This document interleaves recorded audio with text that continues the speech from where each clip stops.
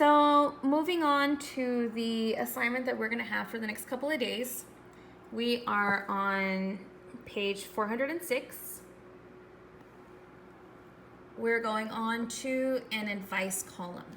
Okay, an advice column, we're told, is a type of nonfiction in which a writer tells readers how to solve specific problems. So we have how to, okay, and when that's kind of like a pretty common type of expository or nonfiction text, right? So nonfiction, of course, means that it is something that is real, okay? It's not made up. So in this case, the author's purpose in an advice column is to give readers practical information about how to solve problems. So practical means something useful, okay, something that can actually be used. So in an advice column, you're never going to hear, the person giving advice to tell the reader to jump on their, time machine, go back in time and kind of erase everything that had happened before, right? Because that's not practical advice. That is not something useful to us. That would involve fiction. So the characteristics for an advice column are that it does state a controlling idea, which is a specific advice offered to readers.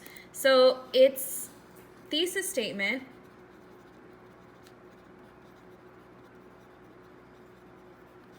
is the advice, and everything else that comes along with it is just kind of, explaining that advice or doing something to really hit that idea home for the audience, okay? So the controlling idea is supported with evidence, and we already know that there's lots of different types of evidence, right? We may have expert testimony,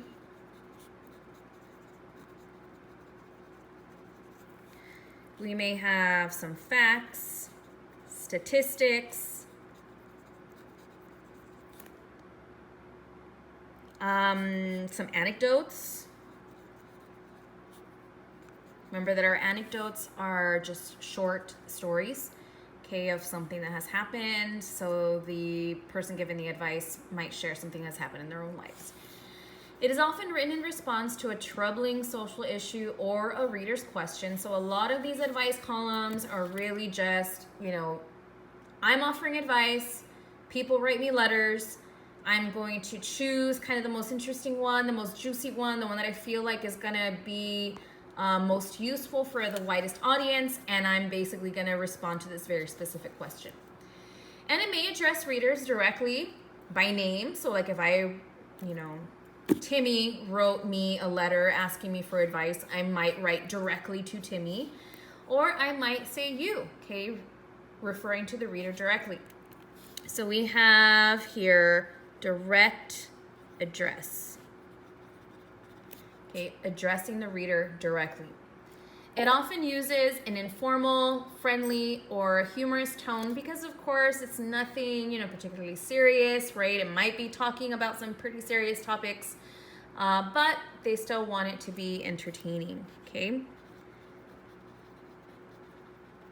Because that is one of the author's purposes, I would say. So not just to offer advice, but also to entertain their readers, because oftentimes the people who read advice columns are not looking for that specific advice, but they're reading, just to pass the time or for entertainment.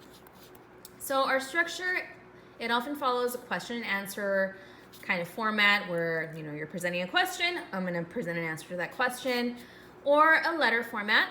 It may combine different organizational patterns within a single text. So we can have problem solution, we can have cause and effect, or maybe something sequential, though I don't think the sequential order is going to be the most useful in an advice column. And then here at the end it says it's often punchy and brief. So punchy, it gets to the point. Okay, these entertaining advice columns don't want to be super long. You don't want people spending, 20 minutes reading them. It should be, a few paragraphs, but nothing is going to take forever to read. Okay.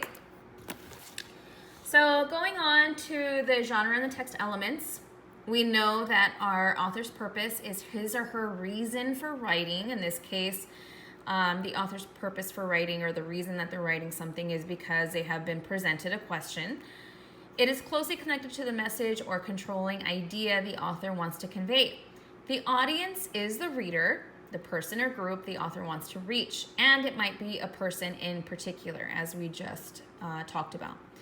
The purpose and audience guide a writer's choices, including those of tone or the writer's attitude toward the audience and subject. So basically what this means is if someone is asking for advice about a very serious issue, I don't know, family member dying, something like that, the tone is going to be very different than if someone's asking for advice about, what outfit to wear on a first date. And so depending on the subject matter, that will determine the type of tone that's appropriate. So tone is created mainly through diction, or the types of words and phrases an author uses. So another way to express the word diction is word choice.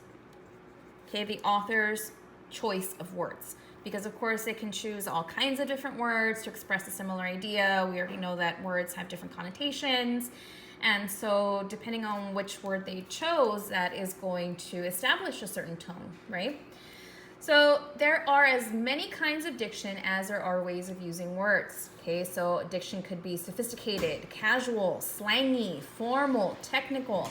So any way that you could describe an author's attitude or tone, you can do the same thing to describe their diction as well. So tone can often be described with a single adjective reflecting an emotion or a mindset, such as sophisticated or casual, such as formal, informal, serious, playful, gentle, bitter, friendly, or distant, and any other, words that could be used to describe tone. And there are a ton. Basically, if you think about all the different feelings that we have, and there are a ton of them, okay, we can use any of those feeling words to describe the author's tone. So at this time, I'd like for you to go at the bottom, or to the bottom of page 407. We're going to go to the practice box. The instructions say read 2 versions of an advice column, and as you can see, they're very, very short, just 2 short paragraphs. Then work on your own to describe the purpose, message, or controlling idea, likely audience, and tone of each one. So obviously we're not going to share responses with our group, but actually, maybe next time we do something like this, we can go into the chat room and we can all contribute. So anyhow, you're going to read each paragraph. Bottom of each paragraph, you're going to say what you think the advice is. Okay, what is the author's purpose? Who do you think they're writing to? And how would you describe their tone? Okay, so we can start off pretty simple with describing the tone. Let's take a look at the words that we had up here, right? So some of these could be used to describe the tone there. But really, again, we're talking about any feeling. And of course, our goal is to get as specific as possible. So when you're done filling in this chart, I'd like for you to snap a picture of it and email it to me, okay? I will post my email address again at the bottom or in the description of this video so that you can just send it to me. Make sure that your name is visible as well, even though I should be able to tell that it's from you by looking at your email address.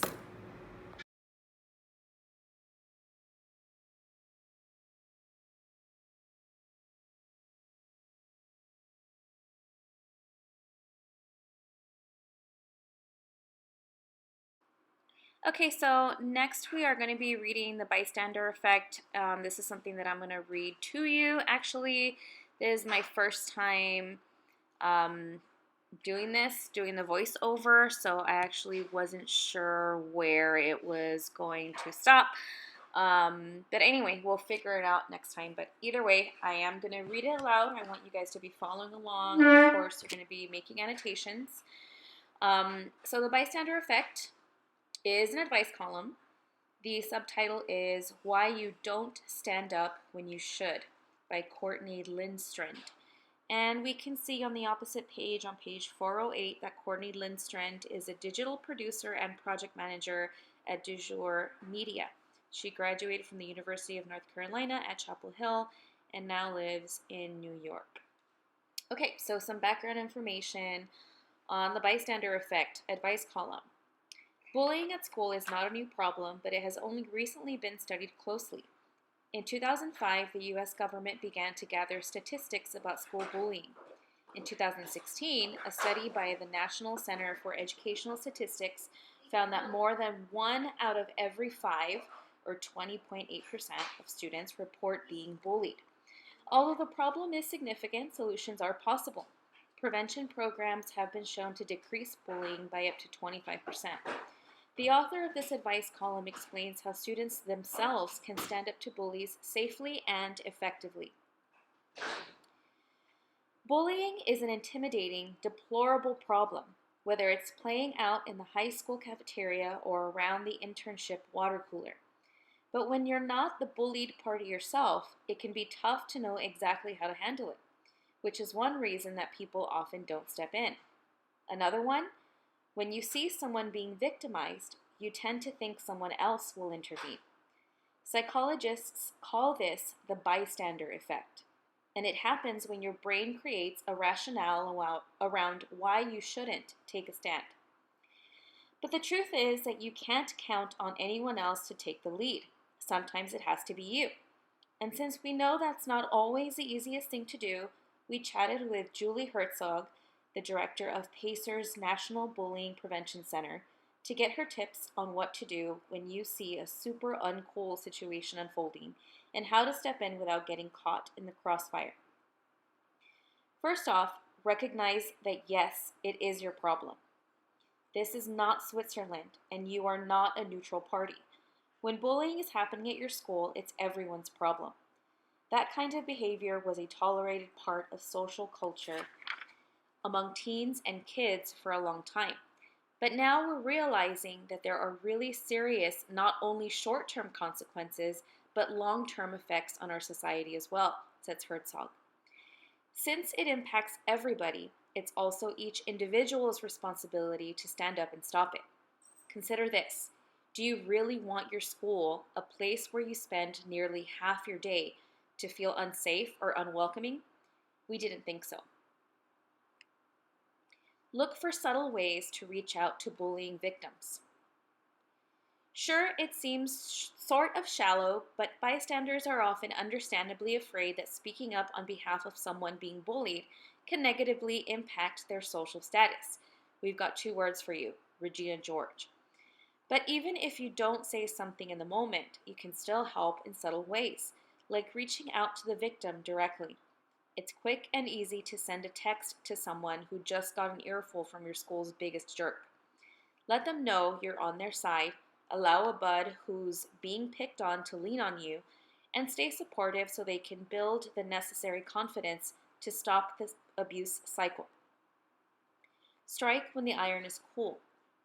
It takes guts to stand up to a bully when they're actively harassing someone else, in no small part because situations like that can get heated fast. But you don't have to jump into the middle of an explosive situation to help, explains Herzog, noting that you can still be effective while remaining more covert in your efforts to help, and that there is no need to put yourself in harm's way. In not-so-safe situations, your best bet is to alert an authority figure and then wait until things calm down before becoming involved. Remember that a safe, supportive environment is your right. One last thing Herzog thinks students should know. Almost every state in our nation has a bullying prevention law that says students have the right to be safe at school.